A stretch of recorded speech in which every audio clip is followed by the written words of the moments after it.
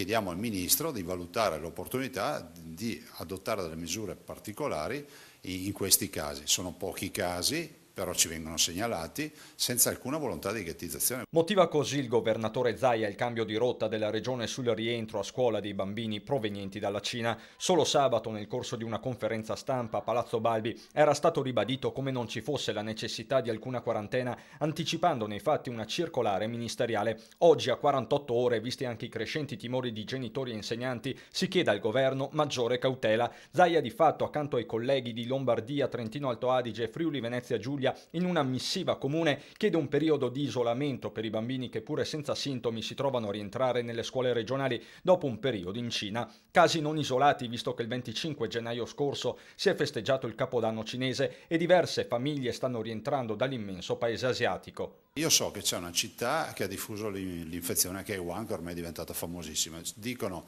che ha una popolazione di almeno 15 milioni di abitanti che è in totale quarantena, cioè non si esce dalla città. I cittadini che arrivano da lì in Italia comunque vengono subito messi in osservazione e questo è il dato di fatto, non c'è la volontà assolutamente di esagerare, però è pur vero che se non succede nulla, vabbè, siamo quelli che inutilmente hanno posto il problema. Se succede qualcosa, qualcuno almeno non potrà dire che non ci siamo preoccupati. Che la questione sia delicata lo ammette lo stesso Zaia, che tenta di spegnere sul nascere eventuali polemiche. E nessuna volontà di ghettizzare, ci mancherebbe. Peraltro voglio anche ricordare che questa regola vale anche per l'eventuale italiano che è stato in Cina, magari a Wuhan, rientra e magari deve rientrare in aula alle elementari piuttosto che alle medie, e anche per lui varrebbe la stessa regola. Non è una questione di pelle, di colore della pelle o di provenienza o di quant'altro, è un fatto di igiene.